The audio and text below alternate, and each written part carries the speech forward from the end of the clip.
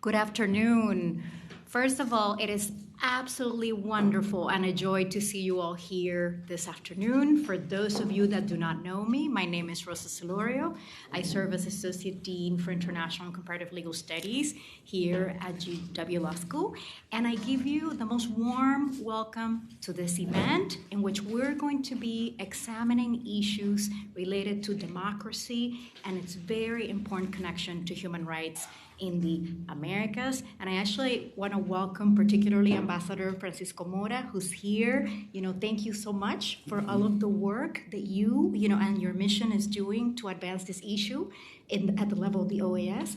And thank you also for giving us the opportunity to host this very important dialogue today. And I just want to say that there's a few things that we're going to be discussing today.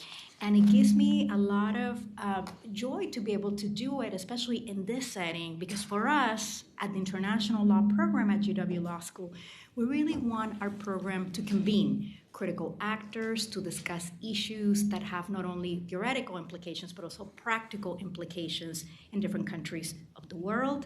We have a very close relationship, with the Organization of American States, and it's really wonderful to be able to host, this kind of space and this kind of dialogue in which we have representation from different sectors to discuss very important issues related to the follow-up of the Inter-American Democratic Charter at the level of the OAS and this voluntary group that has been formed that Ambassador Mora will be discussing shortly. And I just wanted to say that we're going to be discussing not only human rights challenges and how they impact democratic governance, but also very important connected issues. We're going to be discussing discrimination today. We're also going to be discussing environmental issues and climate change. And we're also going to be discussing what we can do, at the level of the Organization of American States, and also what can be done by governments, by civil society organizations, and all the critical actors that are involved in these issues. And I just want to say that I'm also very, very happy to be joined today by a very distinguished group of speakers and panelists. And I want to introduce them. This is by alphabetical order because they're all incredibly important, and I'm very happy, that they're here to share the work that they're doing in these areas. One of them is Liliana Avila. She's actually gonna give some remarks via Zoom. She's the coordinator of the Human Rights and Environmental Program of the Inter-American Association for Environmental Defense, AIDA, and she specializes in constitutional law and has great experience in international human rights law and human rights protection systems. We also have a message from Javier Palomo, who's currently serving as the Special Rapporteur on Economic, Social, Cultural, and Environmental Rights on the Inter-American Commission on Human Rights. He has very lengthy experience in human rights, public management, public policies for social development, and children's and women's rights issues. And then we have Professor Dinah Shelton. I don't think she needs an introduction. For us, she's kind of like an icon. She's kind of like a legend. I'm extremely happy that she's here with us today. And I just want to say, that she's the Mana Professor of International Law Emeritus here at GW Law School and an author of multiple award-winning books and articles on international law and human rights. And she's also a globally known scholar in these areas as well as in the environment and regional human rights protection systems. And she also served as commissioner and president of the Inter-American Commission on Human Rights. And we also have Joaquin Vallejo, who I believe is here, and he's the Deputy Director for Democracy, Governance, and Human Rights at the Pan American Development Foundation. He has 10 years of experience managing international development projects on issues such as transparency in extractive industries, judicial independence and accountability, and human rights in Latin America and the Caribbean. And I just wanted to say that many of the speaker remarks today will center around three questions in particular. One of them is that connection between democracy and the advancement of human rights and how the Inter-American Democratic Charter can be a key instrument in addressing challenges related to democratic governance and how they impact human rights. But we're also going to be discussing best practices, strategies, and challenges in addressing discrimination and and its impact on democratic governance in the Americas, especially problems of great relevance today that have a lot of not only regional coverage, but also international coverage, like environmental concerns and climate change. And lastly, we're going to be discussing suggestions, suggestions on and recommendations on how to best address human rights challenges to democratic governance in the context of the voluntary group and the work of the OAS as follow-up to the Inter-American Democratic Charter. And I actually want to thank a few people, to make that really made this event possible. Ambassador Mora, of course, Andrew Stevenson, who's here, Andrea Alarcón, Maria Teresa Mellencamp, Elinor Ketelon, Carlos Casanova, Rodrigo Subieta, and others that are here with us today. And also our team here at GW Law School. We have Leah Calabro, Jinxie Dai, Dorothy Anderson, and Selena Davis, who have all worked tirelessly to make sure we have this event today. I also want to highlight that we have lunch available, so please help yourselves, while we're having this discussion. And it's wonderful that you're here with us today, and I really thank you. And before we actually start our panel of speakers, I wanted to give the microphone to Ambassador Mora.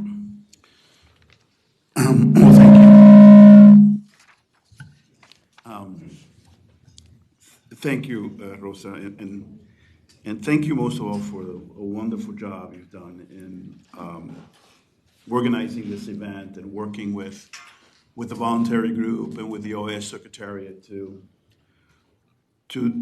make it another sort of input that we are having at the voluntary group as part of our discussions that we've had now for a couple of months.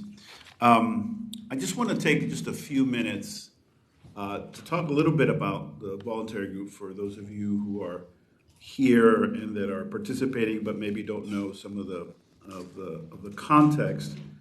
I currently chair the voluntary group, known as the Voluntary Group for the Follow-Up of the Inter-American Charter. And it was,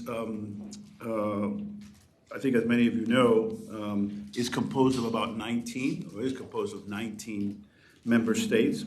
And it's open to participation by, of course, all member states. And it was created in response to a mandate resolution titled Strengthening Democracy at the June 2023 OAS General Assembly that was held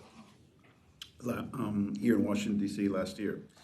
And its purpose, its aim, is to promote dialogue, horizontal cooperation, and exchange of good practices, as well as to identify opportunities within the principles of the OAS Charter and of the Inter-American Democratic Charter to strengthen democracies in the Americas. I think, as many of you know, I think it is a critical time in which all the polling data suggests that support for confidence in democracy is not what it was just 5-10 years ago today, and it's being reflected in many ways in the region.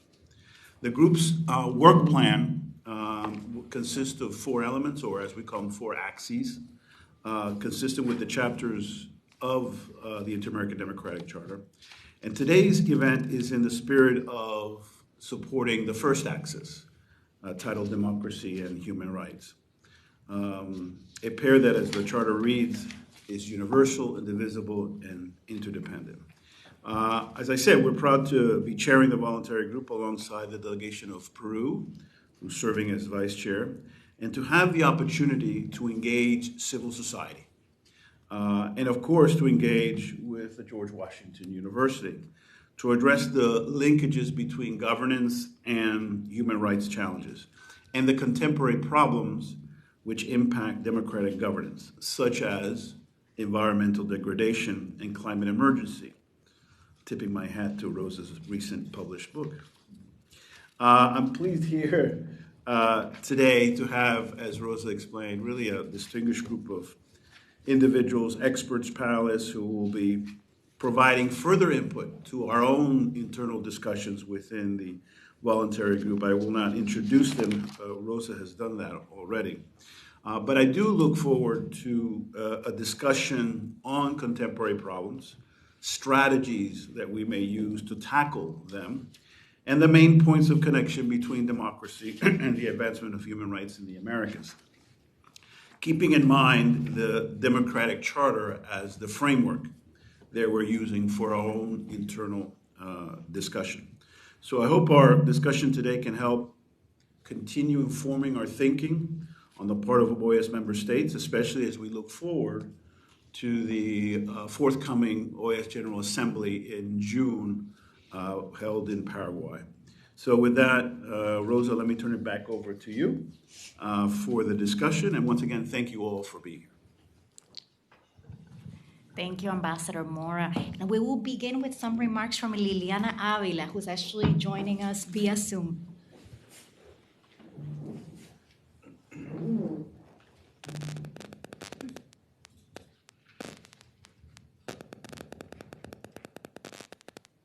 Hi, everyone.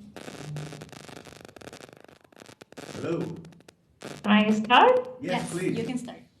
Okay, thank you. Thank you so much for inviting me. It's a pleasure to share also the table with the ambassador and with Dinah Shelton, which is well known for her contribution to the environmental protection in the Americas. Well, I want to focus my presentation on the link between democracy and environmental protection.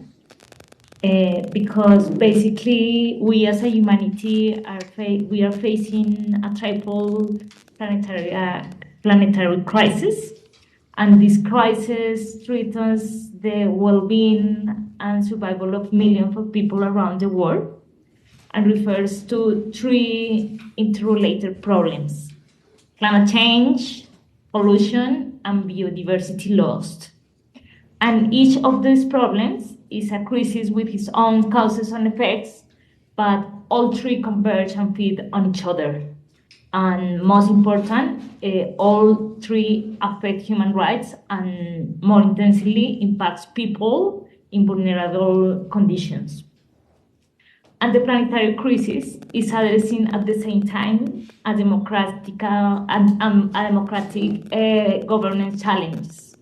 And this challenge can be characterized in many ways, but I just want to mention some elements to show how this crisis can also affect democracy governance in our region. Just to start, I just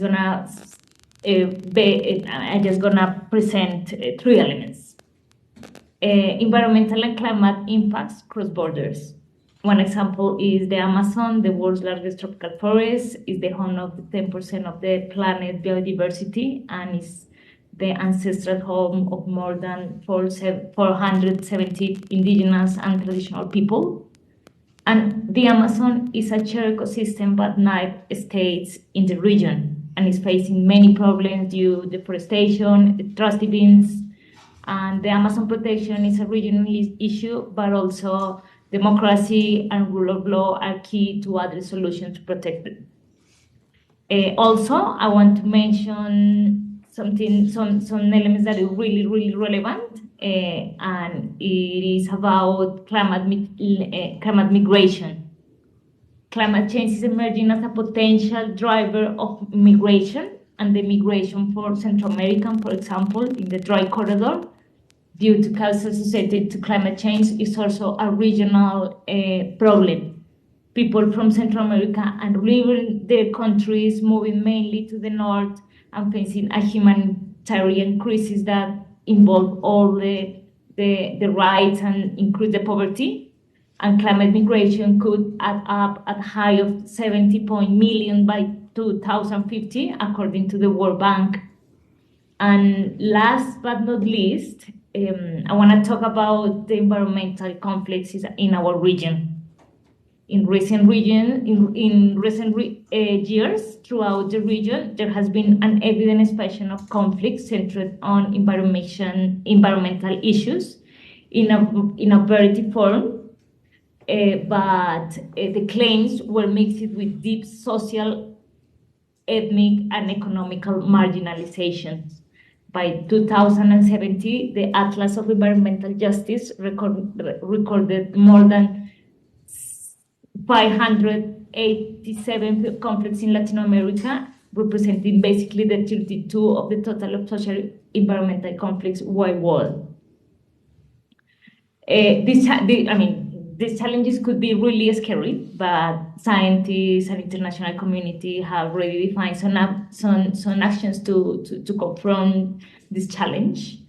But limiting global temperature increase to 1.5 degrees, accelerating the expansion of clean renewable energy, investing in adaptation and resilience, conserving and protecting the 30% of the planet, improving the food systems. And all of them are really important, but the one that is most important is leaving no one behind.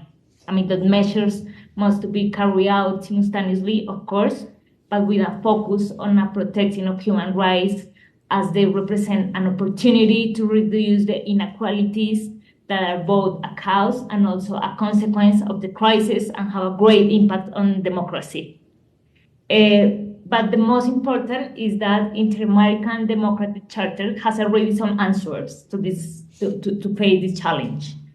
Firstly, the chapter already recognized that a safe environmental is essential to the integral development of the human beings, which contributes to democracy and political stability, and also recognize that transparency in governmental activities, respect for social rights, freedom of expressions, participation in decisions related to the development for all the citizens are essential components for the exercise of democracy, and also they are essential to guarantee the environmental protection.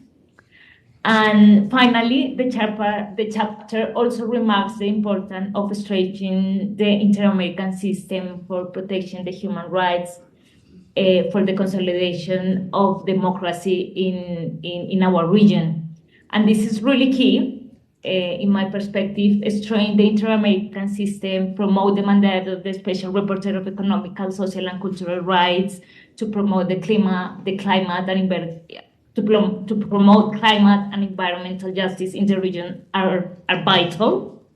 The Inter-American system must be strengthened to promote the protection of the Amazon and the people who depend on it, to protect the rights of migration, and to guarantee that they don't be forced to leave their countries because of poverty, to prevent environmental conflicts from expanding and affecting democratic governance, and also to help the state to accelerate all the measures needed to confront the crisis and leaving no one behind. This is my first presentation. I'm really happy to be here and to hear from all other speakers and the public for more inputs. Thank you so much. Liliana, thank you so much for connecting remotely and really giving us very insightful remarks on the connections between democracy and environmental protection and the triple planetary crisis and a lot of the governance issues that we're having today. Now we're going to move on to Javier Palomo, who very kindly recorded a message for this event. So we're just going to hear the message.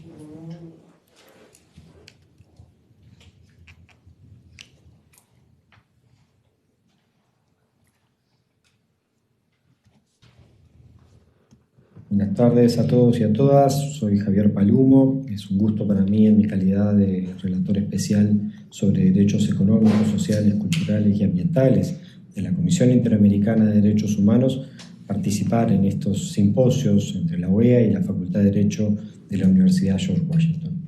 En este caso vamos a abordar algunos aspectos vinculados a la gobernanza democrática, desafíos de los derechos humanos, igualdad, no discriminación y medio ambiente, enmarcando esta exposición en el plan de trabajo de la Redesca para el periodo de mi mandato 2024-2026. Quiero saludar inicialmente al embajador Mora por su iniciativa en su calidad de presidente del Grupo Voluntario de Estados Miembros de la OEA para promover el diálogo, la cooperación y el intercambio de mejores prácticas en el fomento de democracias sólidas en las Américas. También a Rosa Celorio, decana asociada y profesora de la Facultad de Derecho de la Universidad George Washington, así como a quienes me acompañan en este panel y al público presente. En la región, la interrelación entre los derechos económicos, sociales, culturales y ambientales y el fortalecimiento democrático es crucial. El Protocolo de San Salvador y la Carta Democrática Interamericana resaltan la democracia como esencial para el progreso socioeconómico de la región, instando a una profundización de la misma que vaya de la mano con el desarrollo integral y una lucha efectiva contra la pobreza. Los episodios recurrentes de inestabilidad democrática, la emergencia de regímenes autoritarios y las protestas por la exigencia de de derechos económicos, sociales, culturales y ambientales, evidencian la necesidad de una democracia sólida y garantice estos derechos. Las crisis del costo de vida, por ejemplo, impulsada por la inflación en la región, que ha exacerbado la desigualdad y ha aumentado el descontento, ha generado profusas protestas en muchos países de la región. La exclusión social, el racismo sistémico, la vulneración de los derechos laborales y sindicales, así como del derecho a la salud y la corrupción, representan desafíos significativos. En América Latina, aproximadamente un tercio de la población vive en la pobreza y más de la 10ª parte en la pobreza extrema, lo que destaca la magnitud de la exclusión social. La desigualdad de ingresos es notable, con más de la mitad del ingreso total de la región que se va al 20% más rico de la población. Este contexto de pobreza y desigualdad afecta desproporcionadamente a mujeres, niños, niñas, pueblos indígenas, exacerbando problemas de exclusión social de larga data. El racismo es un problema significativo, especialmente en cuanto a derechos laborales de estas poblaciones. Por ejemplo, se reporta una persistente desigualdad racial en el mercado laboral. Las personas afrodescendientes en América Latina son 2.5 veces más propensas a vivir en condiciones de pobreza crónica y enfrentan peores resultados educativos y mayores tasas de desempleo en comparación con sus pares no afrodescendientes, incluso con el mismo nivel de educación y experiencia. Este tipo de situaciones subrayan la urgente necesidad de democracias sólidas que protejan los derechos humanos y enfrenten los desafíos de la exclusión social, el racismo sistémico y otros problemas señalados. La consolidación de regímenes autoritarios y el declive democrático en algunas naciones resaltan la importancia de reforzar las instituciones democráticas y promover una gobernanza inclusiva y transparente. Este entorno de racismo, sexismo, desigualdad no solo afecta la calidad de vida de las personas, sino que también socava la gobernabilidad y la estabilidad política en la región, creando un círculo vicioso de pobreza y exclusión que es difícil sin un compromiso político y social serio y sostenido para abordar estas desigualdades profundamente arraigadas. La degradación ambiental también es y debe ser una preocupación crítica, particularmente en la región de América Latina y el Caribe, que alberga algunos de los ecosistemas más diversos y vulnerables del mundo. Las políticas de protección ambiental, la gestión sostenible de los recursos naturales y la lucha contra el cambio climático son esenciales para preservar estos recursos para las generaciones futuras. La participación ciudadana en la toma de decisiones ambientales es un aspecto crucial. Las consecuencias ambientales del cambio climático impactan en forma desproporcionada a comunidades pobres, quienes viven en favelas y otros territorios periféricos, las mujeres, las personas afrodescendientes y los pueblos indígenas, entre otros grupos que han sido histórica y estructuralmente discriminados. La democracia juega un papel crucial al facilitar la participación ciudadana en la toma de decisiones ambientales, garantizando que las voces de estos grupos más afectados sean escuchadas y consideradas. Es crucial promover la participación equitativa de las mujeres en los procesos políticos y de toma de decisiones, así como reconocer el papel esencial de las personas defensoras del medio ambiente y de las comunidades en la lucha contra las amenazas climáticas. Una democracia robusta se sustenta en instituciones democráticas fuertes, derechos y libertades garantizadas, y una cultura política basada en el diálogo y en la tolerancia. donde se aseguren condiciones básicas de vida que permitan el ejercicio completo de la ciudadanía y la participación en los procesos de toma de decisiones. Los gobiernos de la región deben abordar las preocupaciones crónicas sobre los derechos humanos, incluida la pobreza, la desigualdad, la corrupción, la inseguridad y la degradación ambiental, protegiendo al mismo tiempo la democracia. Por ello, la Redesca, con su nuevo plan de trabajo para el periodo 2024-2026, recientemente aprobado en forma unánime por la Comisión Interamericana de Derechos Humanos, enfatiza la interconexión entre democracia y derechos humanos para fomentar el progreso colectivo, apuntando a empoderar poblaciones discriminadas y excluidas en la defensa de sus derechos. Y además prioriza la libertad académica y artística, esenciales para una democracia vibrante, alentando el diálogo crítico y la expresión creativa. Este plan se presenta como una herramienta clave para coordinar esfuerzos, desarrollada mediante consultas con actores regionales claves, incluyendo a los estados de la OEA, estados observadores, instituciones nacionales de derechos humanos, organizaciones de la sociedad civil y personas expertas. Para culminar mi exposición, en mi calidad de relator especial, quiero subrayar la importancia de que las organizaciones de la sociedad civil, la academia y sobre todo los estados se apropien de este plan de trabajo y contribuyan activamente para lograr su implementación. Muchas gracias a todos y a todas.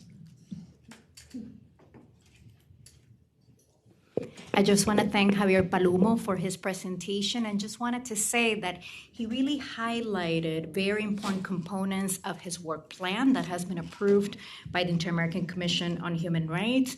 And his work plan emphasizes that connection between economic, social, and cultural rights, and also environmental rights, and also strong democracies.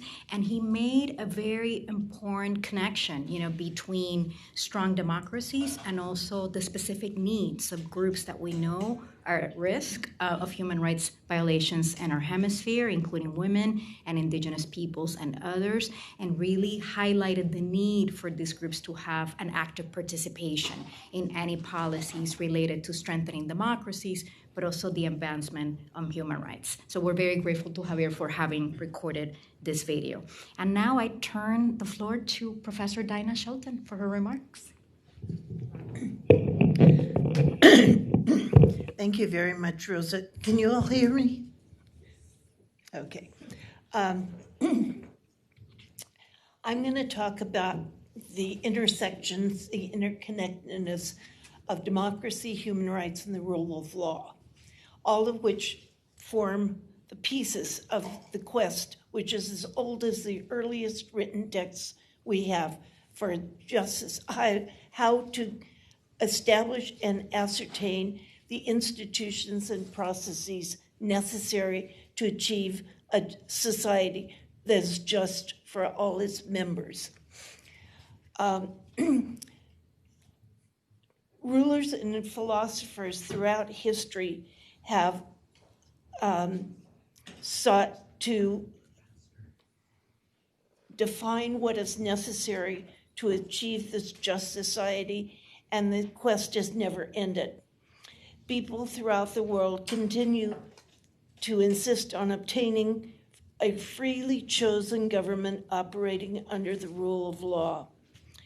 But elections are not the ultimate goal, however, but they are an essential part of the institutional structure that attempts to achieve, in the words of the Universal Declaration of Human Rights, freedom, justice, and peace in the world, based on the inalienable and equal rights of all. We see here the essential notions of human dignity, equality, freedom, and protection of the rule of law. They foster the conditions necessary for the self-actualization and self-determination of each person consistent with the rights of others, a process that makes life meaningful and contributes to the development of each society. History, as well as current events, demonstrate that elections and democratic rule must be tempered by respect for the rights of those in the minority, lest democracy itself becomes an instrument of oppression. We've seen in the past how in laws that codified slavery and discrimination against minorities, and particularly people of color, there remains much to be done to ensure that majority rules do not become the means of repressing disfavored opinions, groups, or individuals. For this, it is important to place human rights at the level of in the constitutional hierarchy above ordinary laws and ensure that these rights are respected and ensured in institutions operating under the rule of law. Just as democracy without limits can oppress, the insistence on rights without limitations can create conditions of injustice and even anarchy. The generally recognized principle of abusive right is an acknowledgement that each person's rights must be balanced by respect for the rights and freedoms of others and the just requirements of the general welfare in a democratic society. The unlimited assertion by each person of absolute rights is a recipe for anarchy and dominance by the most powerful. It is through the democratic process that the majority exercises its judgment about the general welfare, while independent judicial bodies apply the rule of law to determine whether the majority's judgment has erred in being arbitrary or disproportionate, resulting in denial or infringement of the rights of some. Thus, the third prong that is necessary to promote a just society is the rule of law. Law provides the framework under which democratic institutions operate, giving them legitimacy, and law tempers the democratic rule by ensuring respect for human rights and fundamental freedoms of all. A claimed rule of law that is neither democratic nor respectful of human rights constitutes a dictatorship. The rule of law provides equal justice, but also it encompasses the principle of equity that allow for exceptional adjustments or correctives to fulfill the underlying and overarching societal purposes for which laws are adopted. Like histories are treated alike, and dissimilar situations are treated in ways that take account of relevant differences. The question is always what constitutes a relevant difference.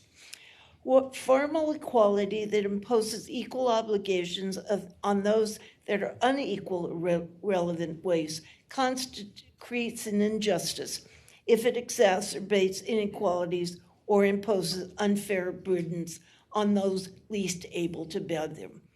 The rule of law thus can seek substantive equality by taking into account that relevant dissimilarities warrant adjustment or equal treatment.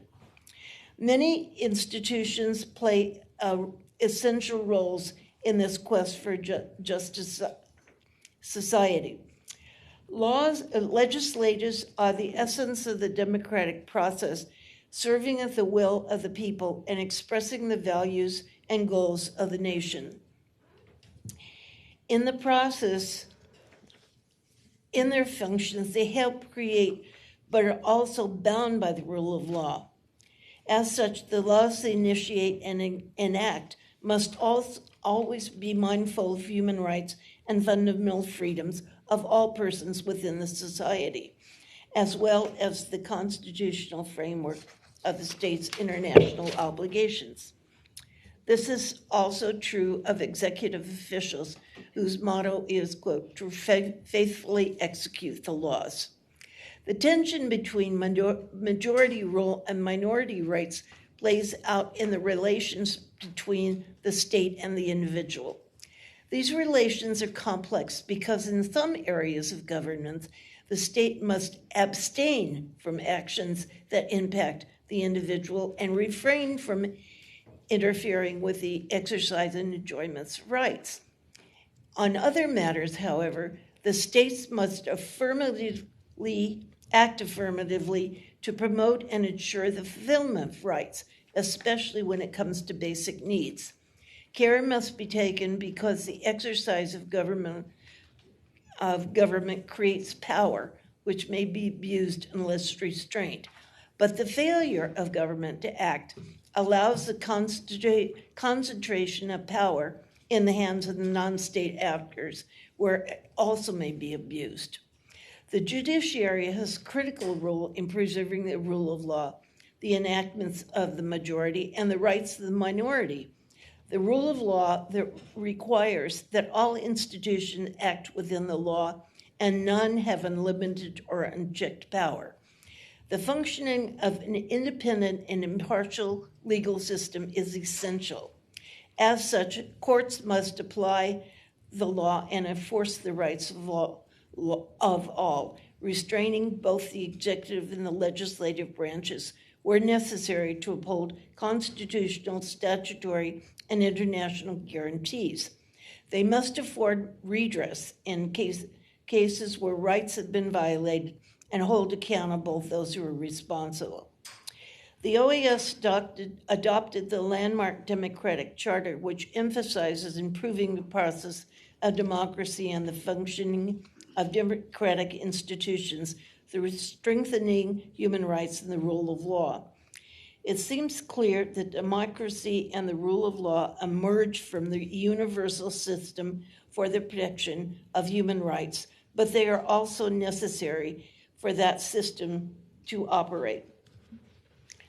The relationship is thus one of interdependence, creating an inextricable web of basic and universal norms, values, and institutions alongside international mechanisms to promote and protect them. The problems of abuse, poverty, discrimination, corruption, and repression continue.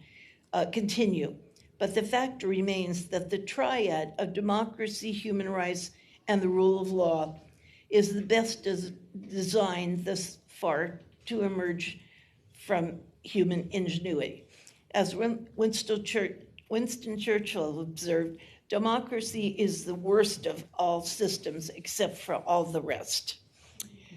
Among the challenges we face now, you're all familiar with the phrase due process. The question comes up now, what does due diligence mean? Because the Inter-American Court has enunciated since its very first case that due diligence is standard of care which is to be applied in economic, social, cultural, and environmental rights. And that means, as the Itlos Court, the Law of the Sea Tribunal, explained, this means this is a variable concept changing over time in light of the risks involved and the scientific or technical knowledge concerning those risks. A reasonable standard of care must be exercised, particularly in the environmental field. I don't have time to go through the 47-page observations I made for the climate change advisory opinion that the Inter-American Court is going to hold hearings on next week. But one of the questions they're going to be addressing is what are the state obligations in the context of the climate emergency. There are probably 70 NGOs who are going to testify, as well as a dozen states and individuals who are also coming to Barbados, not a bad place to go, for the hearing. I will be testifying, and as I said, I got this very lengthy contribution that I will be trying to summarize in the 7 minutes I'm allocated for it. But The question is really one of what due diligence is required. Another question that I will throw out is, and this was discussed at a panel last week at the American Society of International Law annual meeting. Who speaks for nature or its components? If rivers have rights and animals have rights, who speaks for them, since they can't speak for themselves? That's a question that was debated in the panel, and Ecuador has taken one set of measures on it, which are mimicked in Australia and New Zealand, which have recognized rights for rivers and rights for other bodies of water. I'll leave it at that. Thank you, Rosa. Thank you, Diana. And we could have continued listening to you for the next hour. It's always a pleasure to hear her because it's like being in a class. She's an authority on these issues. And I just want to say that I really appreciated her remarks, not only because she reminded us, of course, of that connection between democracy, rule of law, and human rights, but also the values behind human rights. You know, these values that we're always aspiring to when it comes to human rights: freedom, justice, peace, human dignity, equity, and others, and also all the lingering questions, right, that we have in the context of the climate emergency, especially concerning due diligence, you know, rights of nature, and others as well. So thank you, Dinah, for that. And now I pass the microphone to Joaquin.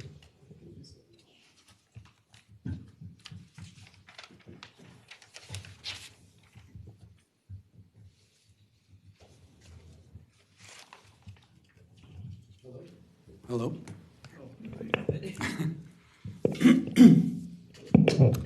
Thank you so much, Rosa. First of all, thank you for the invitation to GW, the OAS, and it's truly an honor to be part of this panel. I want to thank Professor Shelton, Rosa, Ambassador Mora, Liliana, and the rapporteur, Mr. Palumo, as well. And I would like to also start by commending the voluntary group led by the United States through its mission to the OAS, because it's such an important thing to involve civil society in these discussions. And working with civil society organizations throughout the hemisphere, I'm truly honored for the opportunity to share some insights from the perspective of this sector that is so important to democratic well-being of countries and the region and the world as a whole.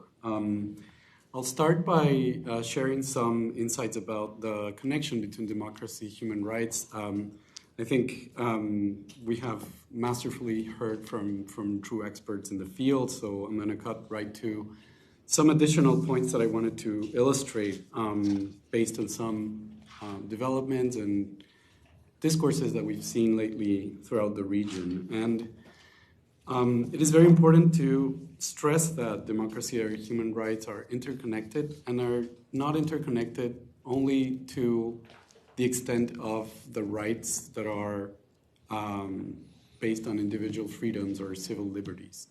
I think democracy is, as Professor Sheldon said, is the best able system to deliver for citizens, even at the socioeconomic level. I think there's this misconception that the democratic institutions are effective at protecting individual freedoms and political liberties, but there's vast amounts of literature, including from very reputed institutions and studies such as the Variables of Democracy Project, that show that historically democracy has done far better to deliver well-being to its citizens, including in socioeconomic aspects such as education, environmental protection, and many others, including GDP per capita. So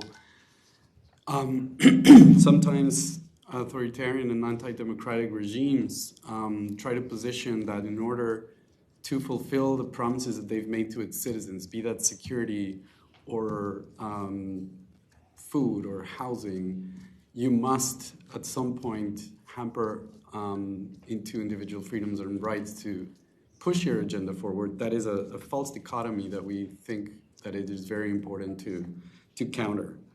I think it's critical to counter that narrative that some rights need to be sacrificed in order to pursue others. And I think it's the job not only of member states, but also civil society and citizens in general to counter this narrative. The Inter-American Democratic Charter is a critical document in the sense that it truly reflects this concept of the indivisibility of human rights. It's not an either or, it's an yes and. I think states have the obligation to protect freedom of expression, freedom of association, freedom of assembly, to the same extent that they have to deliver material well-being to their citizens, protect their environment, and provide safety and security for them.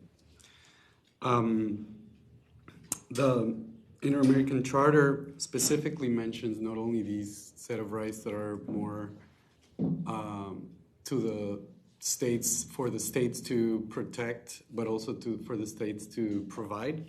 And that is, I think, what makes it very unique compared to other international instruments at the Inter-American and the universal level.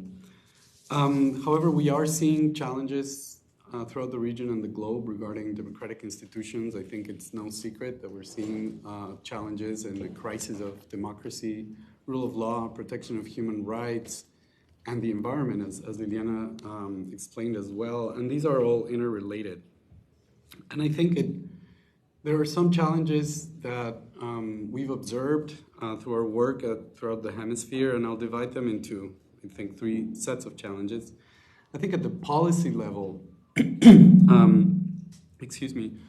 the weakness of some frameworks to protect freedom of association, of expression or assembly, and attempts by certain authoritarian regimes to justify the erosion of those principles on grounds such as national security, it not only undermines individual freedom, but also trust in democracy. And I think it deviates the attention to people and from the importance of rule of law, checks and balances, and other aspects of democracy that are not only free and fair elections, and gives way for authoritarian regimes to adopt a discourse that only a certain political group or individual is able to solve the problems of citizens and therefore deserves absolute power. And I think that's the biggest risk facing our region and the globe in terms of democracy currently. At the discourse level, and very intricately related to what I just mentioned, there's a worrying trend of attacks to civil society organizations for performing their legitimate watchdog functions, and often arguing that they haven't won elections, which is a very dangerous argument to make, because it's important to remember that the civil society is not there to promote or I guess represent the rights of a majority. It's specifically there to protect the rights of minorities.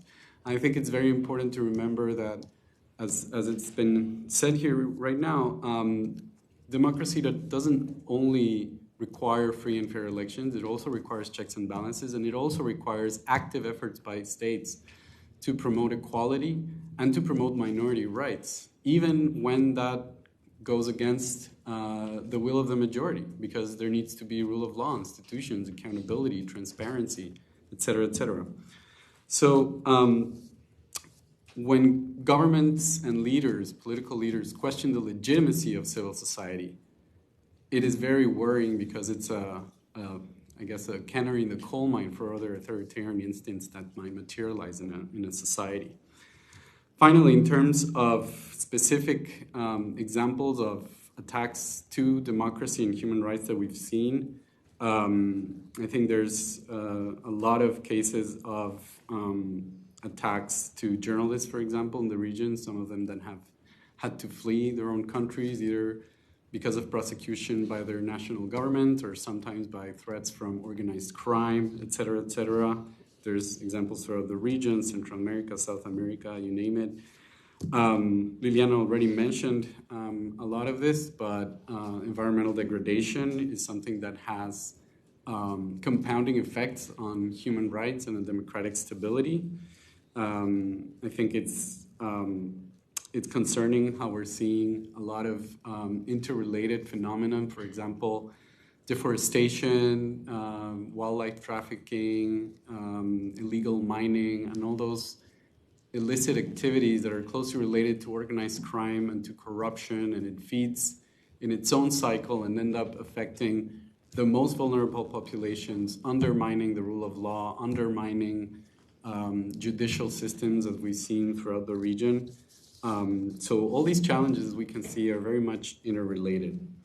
And finally, most importantly, I think, as a phenomenon that cuts across all of these issues is the issue of corruption. Corruption in all its forms undermines any effort aimed at promoting democracy and development as a whole. And it's important that it's countered not only at the discourse level and not only at the level that, well, I call criminal populism, or in Spanish, populismo penal, which sometimes reduces the fight against corruption to a discourse aimed at persecuting your political foes. And I think very, very few politicians are legitimately in the camp of actually preventing corruption. And I think it's very important that citizens demand that it's not only I'm gonna jail this person because he's corrupt, ambiguously defined. It's what am I gonna do to foster a culture of transparency and to prevent corruption? And that's rare. So I think as citizens, we have the obligation to counter that narrative. And finally, how can we address all these issues in coalition between national governments, academic institutions, civil society? I think there are a few strategies that I can think of. First of all, I think engaging civil society is a massive and incredible first step at doing this. And then again, I want to commend the voluntary group for this, because it's a rare opportunity for those of us who work, I would say, on the demand side of requesting or demanding democracy and the fight against corruption, etc. And the ones that are fulfilling the role of watchdogs, or at least facilitating the roles of watchdogs to be incorporated into these discussions, even if it makes countries uncomfortable, because that's what they're supposed to do. So I think that's the one thing that I will say. Engaging constructively with civil society and understanding and recognizing its legitimacy in the democratic system is paramount. Promoting exclusive spaces. I think, as Liliana also said and others have said, it's important to not only engage international organizations such as PADF, but also those that are at the forefront of the defense of human rights or the environment. Coincidentally, I just came back from the Amazon in Ecuador and Peru, and truly it is there where people are defending their own rights at the forefront. An incredible partner that we have in the Peruvian Amazon is currently engaged in an advocacy and awareness-raising effort against two companies, one publicly owned and one privately owned, that are indiscriminately affecting their rights through pollution, noise pollution, and they're threatening them. And these people rarely see the fruits, not only of democracy in their own countries, but of democratic,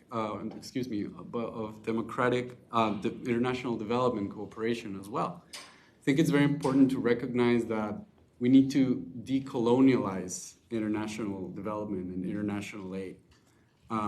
This is probably a little bit beside the topic that brings us here today, but it's very important that we go beyond or at least question the level to which we need to have civil society partners in the hemisphere that can masterfully implement millions of dollars in international aid. Sometimes the people that are most connected with the issues that are most problematic need help right away and need aid that has no strings attached and that goes directly to solving the problems that they have.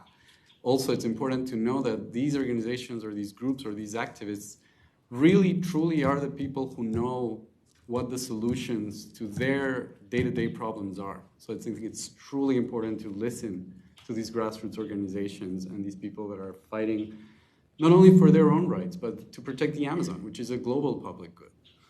And finally, I think it's very important to collaborate between civil society and national governments to identify and promote best practices to build upon them and build better democratic systems. And I think as watchdogs institutions, civil society has a massive amount of insight on what needs to improve to make political processes and democratic processes more fair.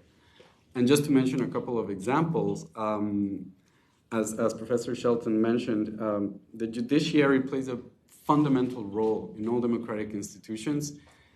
And the way that the judiciary is composed, not only the way it is designed as an independent institution, but also the way that the people that take part on those systems and that become judges and magistrates, etc., are selected appropriately without political interference and through processes that are fair.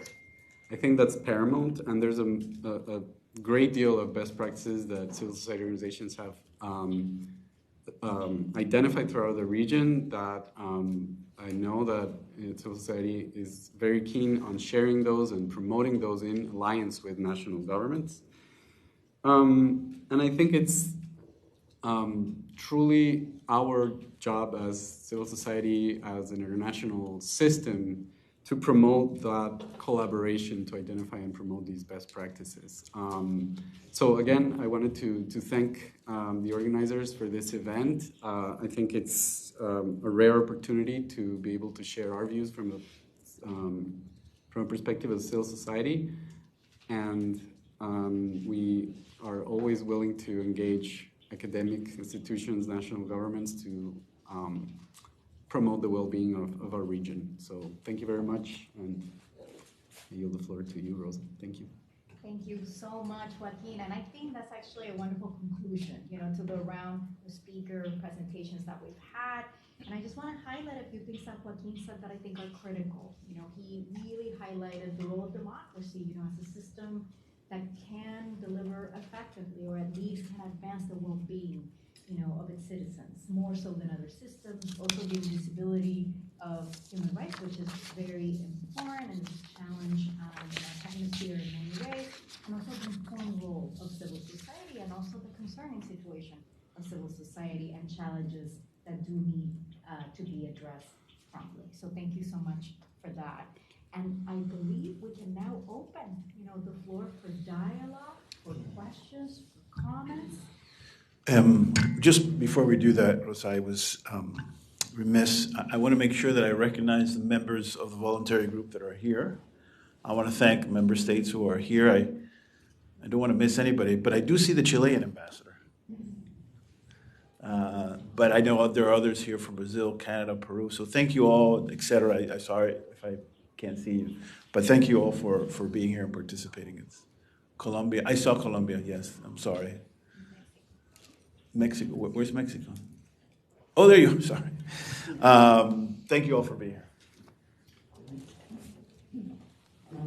So now we open the floor for comments, for questions, for dialogue. Bolivia. Again, this is not the best way of identifying people, as it is much easier at the OAS. But again, my apologies too. Thank you very much for being here. A special welcome, actually, to all the ambassadors and OAS officials that are here. I also see representatives from several civil society organizations here as well. So welcome to and our the Secretariat. Yes, yes. I see Paulina's here. Paulina Corominas is here. Yes.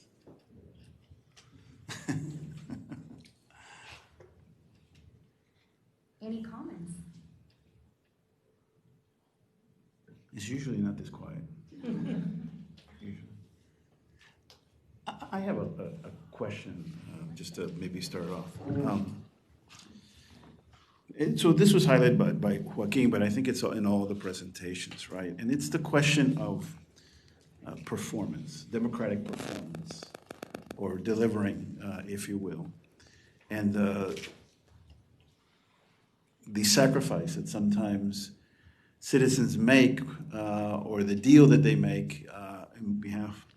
So usually in the polling data that you see, it usually is about performance. right? That's the issue that comes up, that democracy is, I don't see its relevance on my daily life, that it's not addressing my immediate concerns, whether those are material security, et cetera. And historically, when that occurs, there's almost an inverse relationship with the rule of law, right? Now, obviously, the answer is, well, deliver, perform better. That's sometimes easier said than done. But is there a way to think about situations like that when people are losing confidence and faith in democratic governance and institutions, the rule of law, where you know where this is going? Is there a way or tools that are available that you can say, wait a second, slow this down, remember that it's a terrible bargain that you're trying to make here?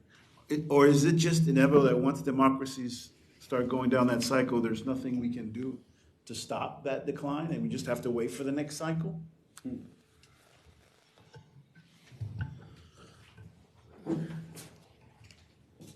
I think civic education programs are essential, and they can help stem the tide in some respects.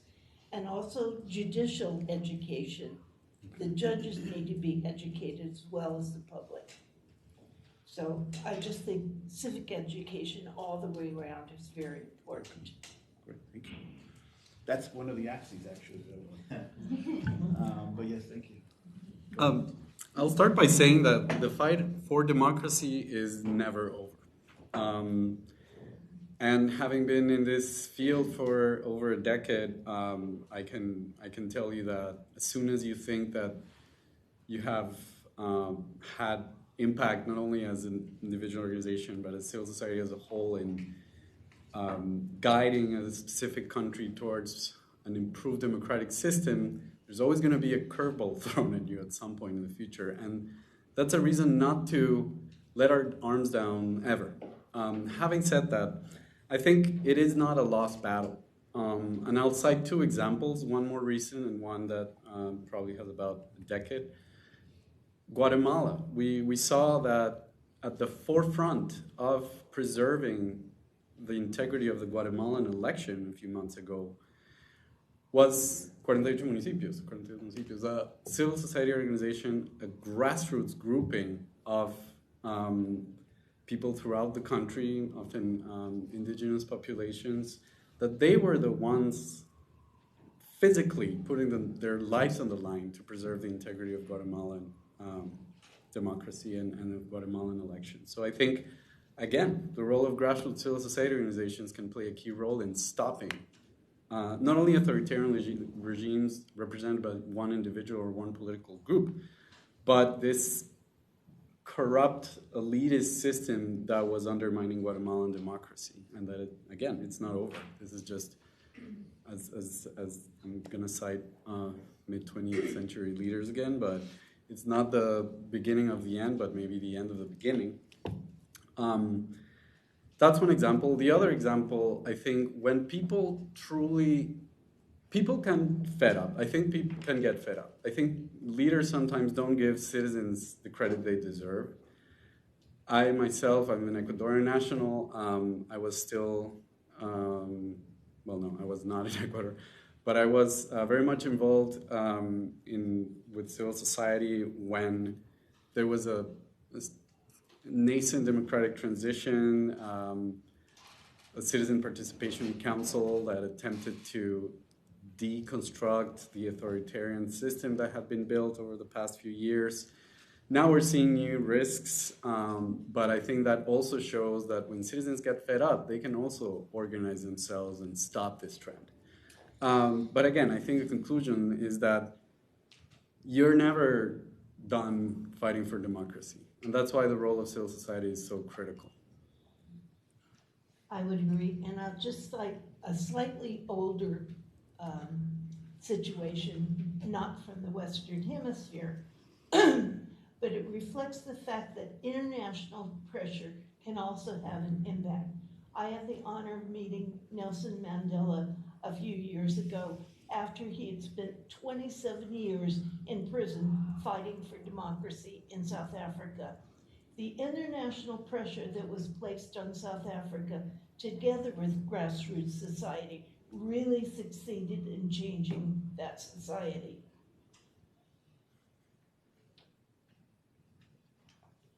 So how can the OAS do that? Well, the OAS could do that if your group comes out with specific recommendations that states are willing to implement. Okay.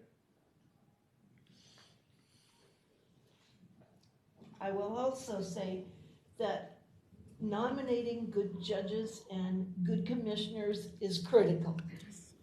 Because if we don't have good commissioners and good judges on the Inter-American Court, the cases are not going to go well, and individuals will not get their rights respected.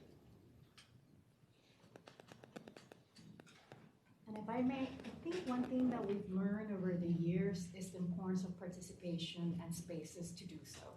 And we keep on coming back to this. You know, the reality is that when you're working with any groups, you know, that have a history of marginalization or a history of human rights violations, and by that I mean women, indigenous peoples, LGBTIQ plus groups and others, you know, at the end of the day, consistent participation and having spaces at the national level and at the international level and at the local levels to do this so that they feel they have a certain buy-in, a certain influence in legislation and policies and programs, it has proven to be an alternative that we should be pursuing more and more. And I think we have some examples in the regions that we can expand, but I think we need to expand more than we have.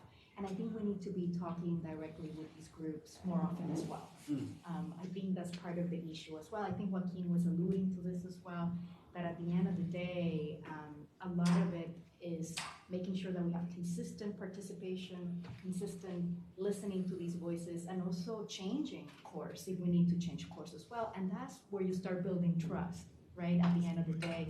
And I do agree with what Joaquin said, that I think there's a lot of trust problems with our democracies right now.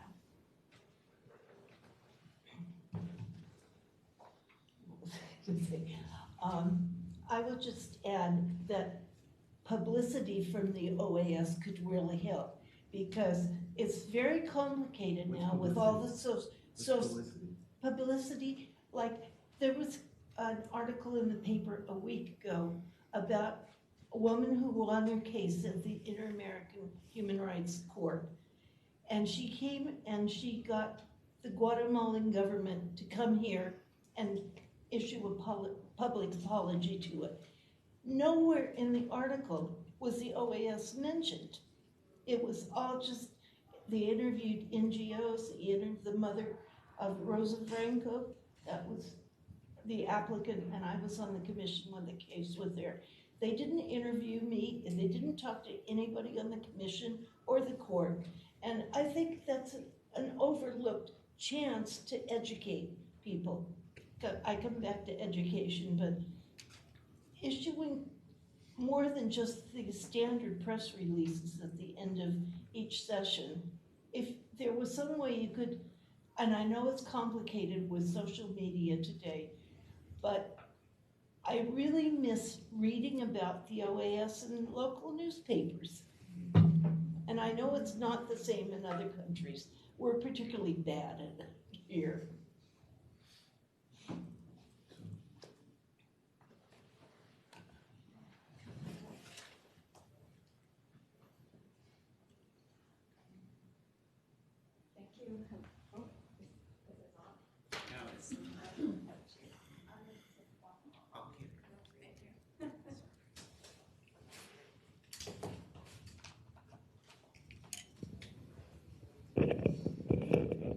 Hear it. Hi there, thank you. I'd like to thank the whole panel. I'm Gillian Gillen from the Canadian mission to the OAS. And thank you to all the panelists. Thank you to Ambassador Mora for the initiative of this event today. And there's so much that I could ask about. I think the first thing that comes to mind is particularly for you, Professor. You mentioned that there was this event, maybe last week or recently, where there are a few questions that were left hanging for consideration. And now, with a bit more time, if you have the space to elaborate a little bit, where you said that there were these questions around due diligence and what's required, and particularly the issue around who speaks for nature, and thinking about the Charter and its indivisibility of rights, and rights for the environment, and now quite particularly for animals. And we see the challenges of dealing with the indivisibility of rights as it relates to humans. But again, this will be an enriching complexity to our considerations around this. And so wondering if the panelists here could expand thoughts on that specifically. Thank you.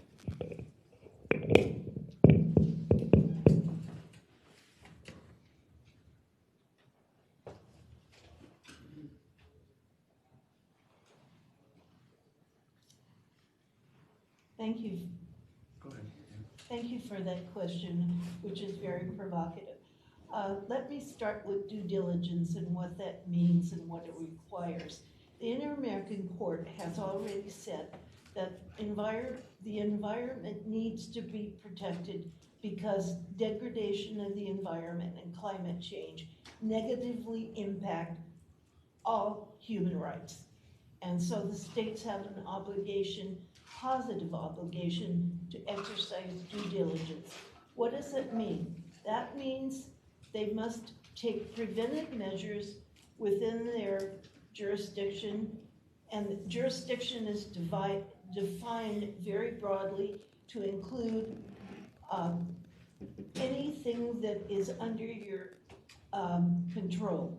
So corporations, the state sending the corporation has duties of due diligence as well as the receiving state to take all reasonable measures that they can to prevent further climate change. And environmental impact assessments have been said to be an obligation here. Those need to be conducted independently and fairly with the participation of all potentially affected persons. So that's on the due diligence side. On the rights of nature and who speaks for nature, in the Western Hemisphere, many indigenous tribes have still got land claims. And through the land claims, if they are respected, they get their land and territories back. And they can then speak on behalf of everybody in the community that's potentially affected by any environmental consequences that happen. Loreto case was just decided recently in that respect, giving the people in the Oriente region of Ecuador significant rights protections. So I think in some cases it's going to be indigenous communities, but in other cases it will be those litigating against the indigenous communities, those that don't respect the environment, and there are some. I would like to see a public interest law that says everybody has the right to bring an action either at the legislature or the courts on behalf of the environment or its components. Do you want to say something? Yeah, absolutely agree. And I think on the first aspect of due diligence, I think it's a prerequisite for due diligence to work is a very strong judiciary, not only at the country level, but at the American court, for example. But that is very critical. And it's even better if interests are aligned. Which brings me to the answer to the second question, which I completely agree with Professor Shelton, which is we already have stakeholders speaking up for nature in the form of indigenous peoples throughout the hemisphere. I just came back from Ecuadorian and Peruvian Amazon, and they're there. They just need their voices to be heard. And I think it's our job to do it as international civil society organizations, as representatives of countries to international bodies, etc. There's obviously a gap I think not every valuable ecosystem has an advocate that, because its degradation affects them directly, will advocate for the well-being of that natural resource or that natural ecosystem. That's where due diligence comes in, but that's also where civil society, again, comes in. So I think it's very important to listen to the voices of people that are being materially affected by this degradation and that have shown to be the most effective stewards of nature in the form of indigenous populations, specifically in the Amazon and elsewhere. In the case, for example, of oceans, which, I mean, it hasn't been mentioned as exhaustively here, but we have a huge crisis in the ocean in the form of the effects of climate change, ocean acidification, loss of fish stocks, etc. So, for example, better international instruments to enforce, for example, sustainable fishing practices are paramount need. And working with stakeholders such as artisanal fishers that sometimes can see the effects of better natural resource management pretty quickly. And then they go from being an opposing party in the preservation of an ecosystem to a critical ally. And that again goes to education, which what the professor said before. I think it's important to help all stakeholders understand what is that we're aiming for, but for that we need first to trust, or we need to gain the trust of citizens to know that national governments, states are listening to its citizens and are able to resolve their problems. And I think for this, I've noticed a paradigm shift in recent months even about the need to not only as international development aid invest when we're talking about democracy and governance, in institutional design, in promoting reforms that help foster judicial independence and checks and balances and freedom of expression, or passing lots of laws. We need people-centered justice. We need judicial system not only to be independent, but also to be effective and efficient, and to resolve the problems of people that really need it at the most basic level. And only then we can talk about a sustainable, true trust in democratic institutions. I would just like to come back to the issue of due diligence in the corporate sector. When we went to Panama to make an on-site visit, a Canadian hydroelectric project was in question, and it had split the indigenous community because they were offered jobs at the hydroelectric plant, and they were offered a new state-of-the-art gymnasium and soccer field. So many people thought this was a great deal and they should just take it. The more traditional indigenous didn't want anything to do with that. So we had to negotiate among the various groups. And it was really hard. And Canada has some responsibility toward all the indigenous who are impacted by its corporations that are going and destroying the environment.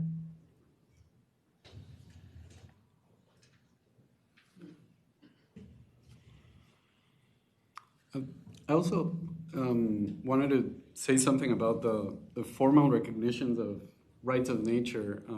Obviously, I'm an Ecuadorian national. I've seen it since 2008 when the rights of nature were enshrined in the Constitution. But ever since, what have we seen? We've seen dubious ways to justify the exploitation of very sensitive areas in the Amazon, in the Yasuni, by redrawing maps and basically in a desk, redrawing the map so that the drilling wells are outside the territories of uncontacted indigenous populations. We've seen mining licenses that have been awarded without due process. So beyond recognizing nature's rights, I think it's important to actually enforce them. And I think that strong democratic institutions and judiciary transparency and the rule of law are the only way to achieve that. And I actually have one question, Professor Shelton. I think there's a very interesting dynamic happening in terms of ILO 169 and the right to free, prior, and informed consent versus direct democratic instruments. And I say this because last year there was a referendum in Ecuador asking whether or not people wanted to stop drilling in the Yasuni National Park in the Amazon. And this was an interesting historical, giving back the rights that the Yasunidos movement had lost because they had prevented them to do the referendum in 2013 when they were actually in time to do it, et cetera, et cetera. But interestingly, in the provinces where the drilling was taking place, the referendum lost, even though it won everywhere else. And to me, that's telling, and it's also a concerning precedent because I imagine a future in which there's another sensitive, extractive industry discovery in a very sensitive area, and a government decides to ask not the communities directly affected by that project, but the country as a whole. And what if that decision, what if the country says or the majority of the country votes, yes, let's pursue this mining project, and the local communities are against it? Like, is that a dangerous precedent to have? It totally is dangerous precedent, and I think that's a violation of ILO 169 because you're supposed to have prior informed information and consent by those directly affected. Not everybody in the country is directly affected. So I think that also violates both UNDRIP and also the American Declaration on the Rights of Indigenous People. So I don't know how to remedy that other than saying that's an invalid referendum. Agree. Thank you. I have a question. It's okay. My name is Ana. I am an alternate representative of Peru to the OAS, and I would like to know your thoughts about the challenges of transnational organized crime to our democracies and to our governments and also to our civil society. I know that this question is not in the line of this panel today, but I think it's. I would like to know your thoughts about that because it's a serious threat to our democracies, and it's a change considering our past democracy. Well, there was an interesting article on the front page of the Washington Post today about how Haiti is getting all of its arms from the United States. And it's organized crime is destabilizing democracies throughout the hemisphere. Haiti is now a basket case because of the situation there. And so I really think there's something that needs to be done in terms of combating organized crime as a threat, not only to human rights, but to democracy and certainly to the rule of law.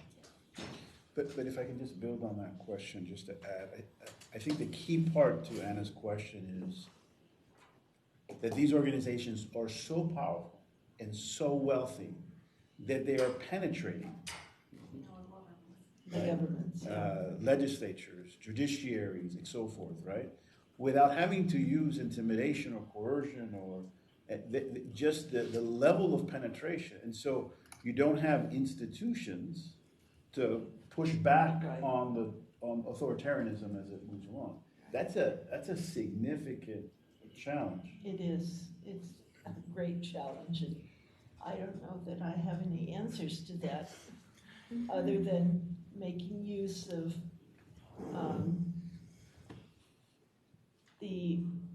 not just the electoral process, impeachment process to get rid of the individuals that you can identify as being corrupt. But, okay. Go ahead. No, I was just going to say, I'm not going to mention any country. I can.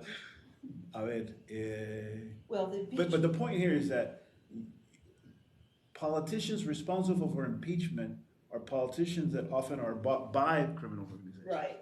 And that are serving the interests of criminal Yeah. organizations. So there is no political or juridical mechanism Right, for accountability. that's right. I think it's incredibly challenging, and it's very much related to the topic of this panel, because the link between corruption and organized crime is a marriage made in heaven. And I don't know how many of you follow Ecuadorian developments, but in the past couple of months there's been 3 probes, and counting, to try and dismantle the incredibly deep penetration of organized crime in Ecuador's judicial institutions from the top. I mean, the Provincial Court of Guayas, I think 9 of the 15 judges are in jail right now. Judges from the National Court of Justice, the head of the Judiciary Council, private lawyers, prosecutors, policemen, jail directors, prison guards, you name it. It's a huge probe. And it takes, in this case, a brave AG in the form of Diana Salazar in Ecuador, with the backing of political sectors that for one reason or other reason are interested in dismantling this system, and most importantly, of the international community.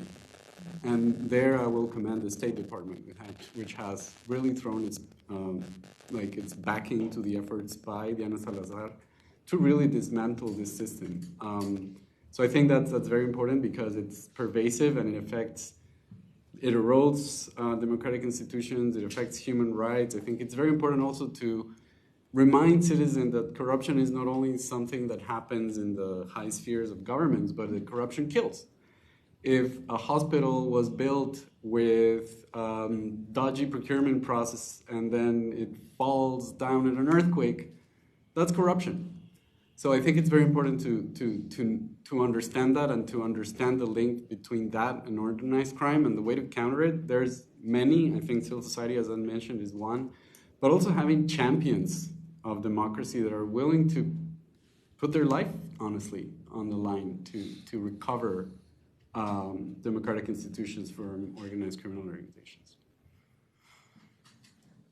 Just wanted to add that thank you so much for bringing that to the table, because I do think that that's one of the larger problems, right, that we have in the Americas, and it's actually quite complex to address. One thing that we're seeing in human rights today, especially in human rights law, is that we have all these modern issues, right, that are not necessarily centered on the state. They involve all these non-state actors, right? And we're still crafting that framework. How do we respond? And what I mean by legal framework is not just what are the legal obligations under specific instruments, but what are the standards of state behavior when it comes to these particular problems, right? And I do think organized crime is one of the ones where the OAS can have a very important role in setting what the standards of state behavior are, especially to preserve democracies, to combat corruption, to combat all these problems. The law only gives you part of the answer, you know, and we are seeing a lot of human rights problems like that today. Everything digital, for example. You know, for me, that's part law, part standards of state behavior, part standards of also what are we going to tell non-state actors they should be doing or not be doing when it comes to human rights. And it's interesting, we have some examples at the United Nations of this. We have the UN Rules Principles, etc. And of course, all these standards of state behavior have mixed results, but some of them have very interesting practices of implementation at the national level, especially when you reach beyond the state, right? But I do think a big challenge that we have in human rights is figuring out how to address the modern in a way that reconciles what we need legally, but also what we need governments to do, right? To advance democracy and to advance human rights. And I think that's one of the issues that we're having the most struggles with. And it's not the only one, unfortunately. There's many issues like organized crime that at the end of the day, you need a multifaceted strategy. And I do think the OAS, for me, one of the biggest values of the OAS is all these governments and all these civil society organizations dialoguing about these issues, you know, setting standards, defining what What should we do when it comes to a specific issue? And that has an enormous value, especially when you start studying other regions in the world. Other regions don't have this, what we have in the Americas. So it's something to value. I think it's a ray of hope, right? That the OAS does have an entry point here. It's just a question of strategizing and figuring out exactly, what we need to say about these issues. I would just add that I agree totally with my co-panelist who talked about the need for individuals to step up to the plate and put their lives on the line to fight corruption. But civil society could play a role in getting behind these individuals. On the international level, Guatemala was a case also where the prosecutor, she had to flee the country eventually, but she really battled to the end of her tenure there against the corruption in the government. And so civil society organizations from outside the region could really help to support her in her work, as well as the OAS.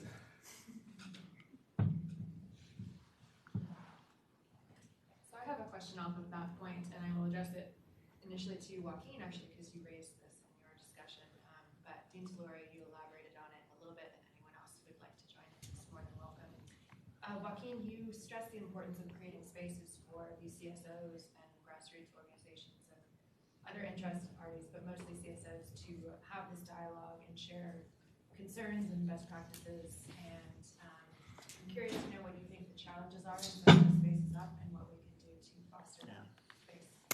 Absolutely, and trust me, I live those challenges every day because they relate to the need for accountability. And I'll focus on one specific, and it's the need for accountability in anything that has to do with taxpayer money. International development aid, especially, and I'll talk about U.S.-led aid, USAID, State Department, you name it. For very good reasons, there needs to be accountability in terms of where that money is going. And as an represented an international NGO, I can tell you that it's no easy feat. It requires a lot of bureaucracy, requires a lot of organizational capacity to be able to not only raise, but also implement funds coming from international development. And that's not only expensive, it's incredibly difficult for organizations at the forefront of this fight. So I'll give you a couple of examples of ways that I think are interesting strategies to gather the voices or to amplify the voices of such communities and grassroots organizations. One is to actually correct the system from within. And an example is, for example, we have a project in the region that it's funded by the State Department, and its aim is to democratize civil society. We provide organizational capacity building and technical capacity building and small grants to grassroots organizations. I mean, our motto is we need to go to where international cooperation doesn't go. The catchphrase that we used was vamos a ir donde no llega ni la Navidad, where not even Christmas gets or reaches, and actively go and help these people incorporate those systems so they can themselves eventually raise funds from international development, and they themselves can implement their own projects and basically cut the middleman. I'm driving myself out of a job, but I think it's a good thing. That's the one thing. And the other thing is leveraging public money and government influence to attract private sector money that can much more easily be no strings attached. And I think there's a couple of prominent examples. There's Mackenzie Scott, there's Leonardo DiCaprio, who are basically adopting that as their strategy, and they're cutting the middleman and going directly to the communities and the organizations that most need it and providing resources with no strings attached. We recognize that it's impossible to do that with taxpayers' money, but it's possible to leverage the power of national governments to attract that money.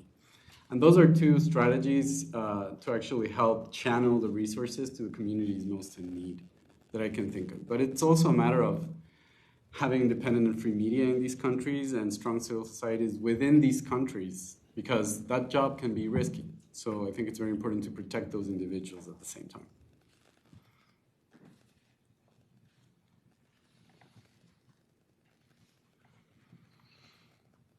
Any other comments, questions?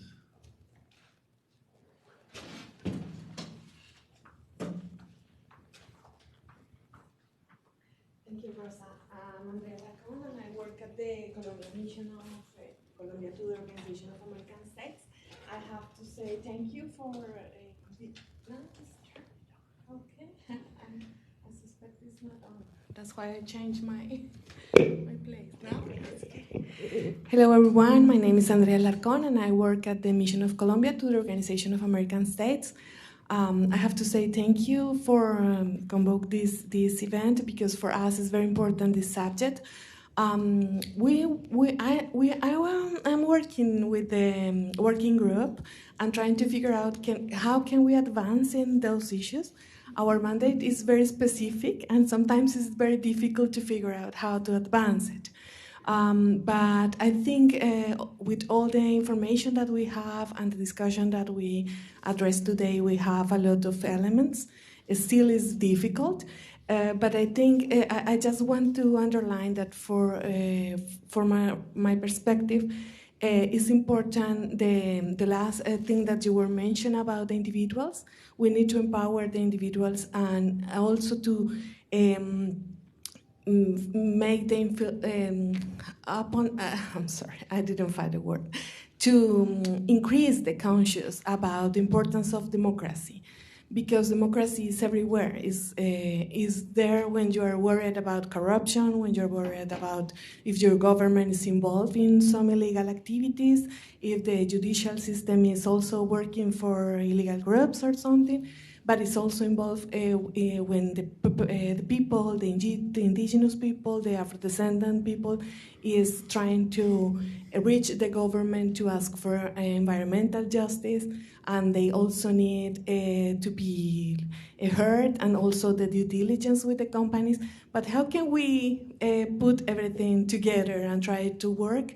I think education, but also from the organization, we need to do this kind of debates that we're doing right now, and try to also help people to understand their responsibilities, because it's not only about governments or institutions.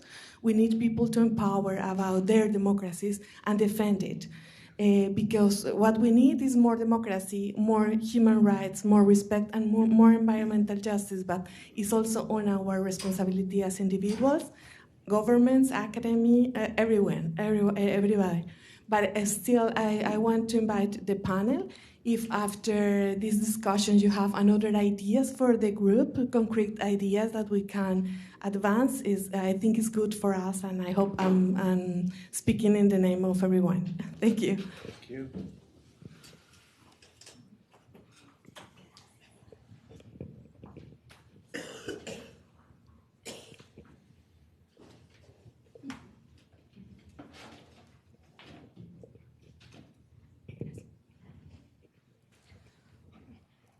Thank you all for all the, when I say lessons that we had today. It was really insightful, all this panel. I'm from Brazil. I'm an LLM student here, and I'm also an intern at the OAS. So I would like to understand a little more from my Brazilian perspective. For example, we had a very recent attack to our democracy, like the last few years, and we have our population completely divided.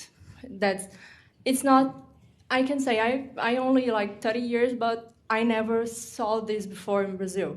So it's completely crazy how in the last few years we are increasing this kind of like division of the population, family, friends, etc.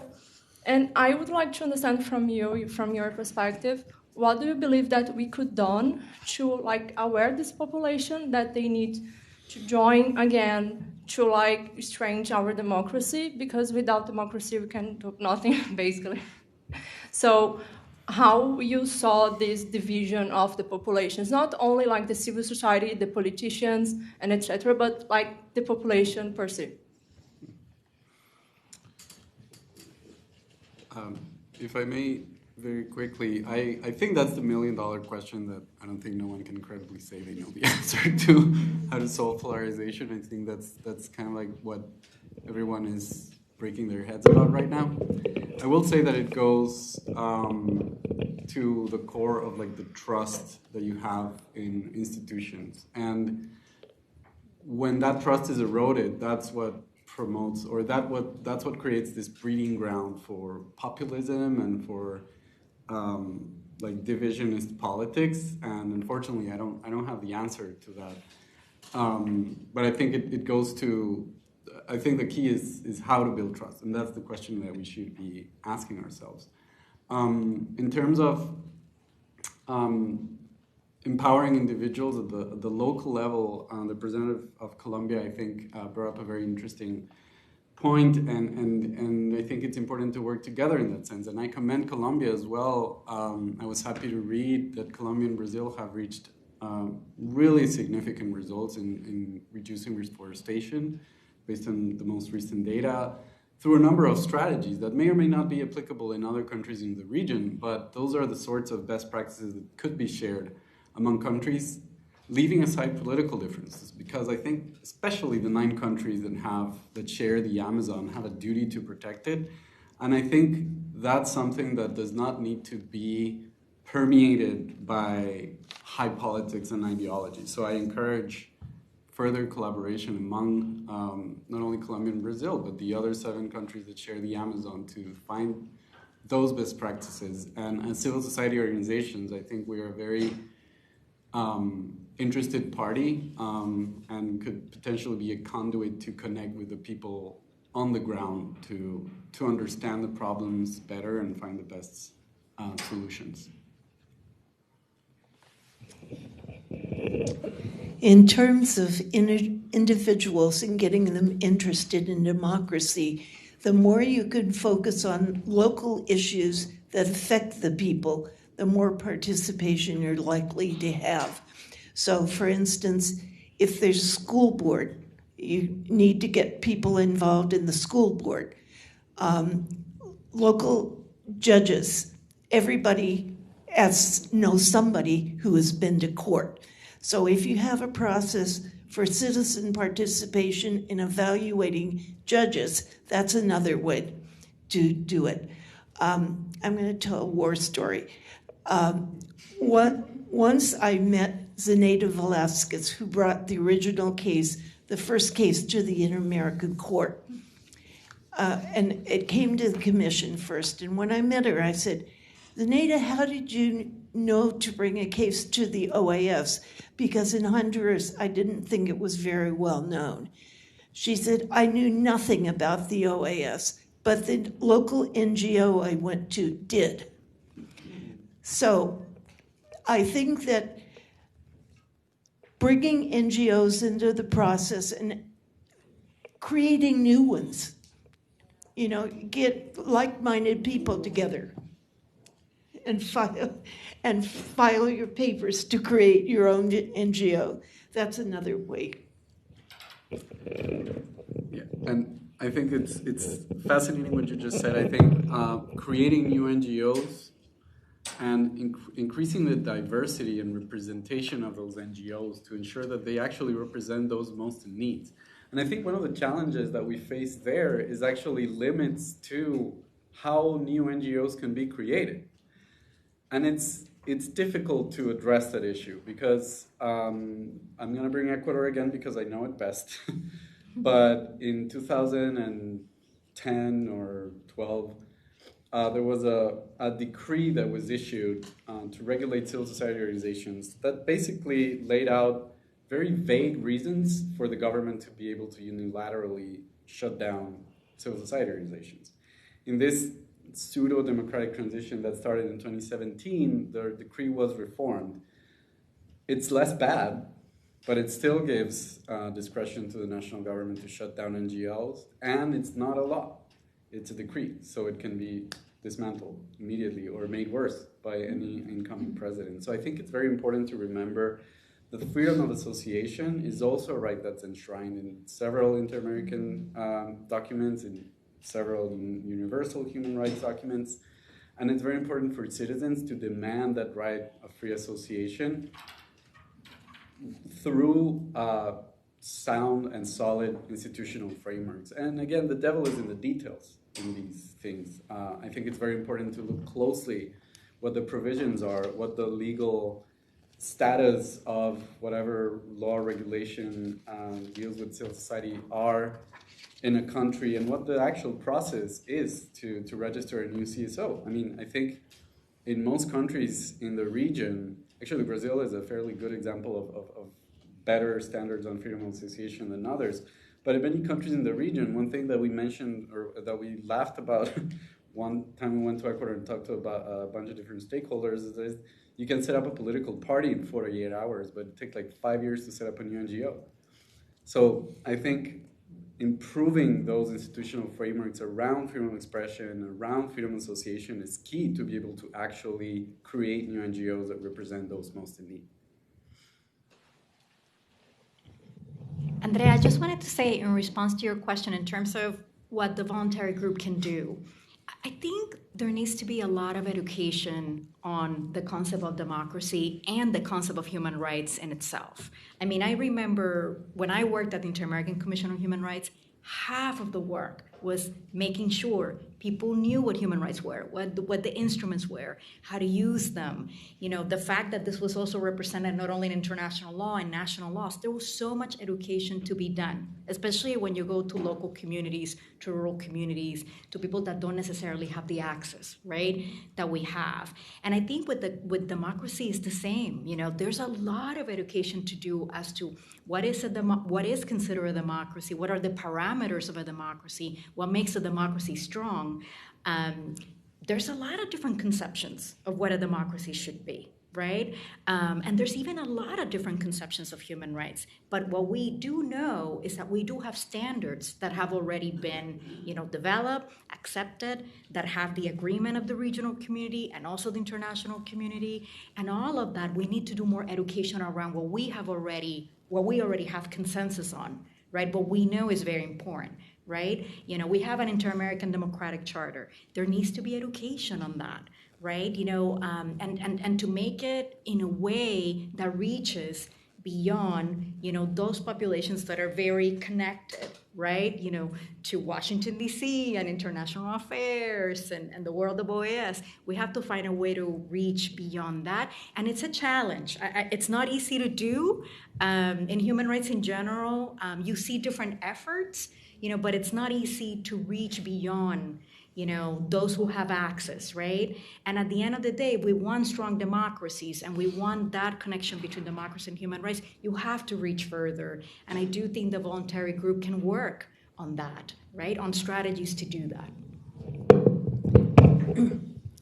Joaquin mentioned Ecuador, so I'll just add my war story from Ecuador. I was down there and giving a lecture to the judiciary in Guayaquil on what does it mean to have an independent and impartial judiciary. Half the judges walked out during my talk. They didn't want to hear it. So I think educating the judiciary in different countries is very important. Judicial education. I've seen so many programs in judicial education, and they're very, very effective when they're done right. So. Well, thank you. It was a great pleasure. Thank you all for being here. Stay tuned for more of this kind of engagement with GW and other civil societies. So thank you again. And Rosa, thank you so much for collaboration. This is not the last one. Hopefully not. And to our panelists, thank you so much, guys. Thank you. Appreciate it. Thank you. A round of applause for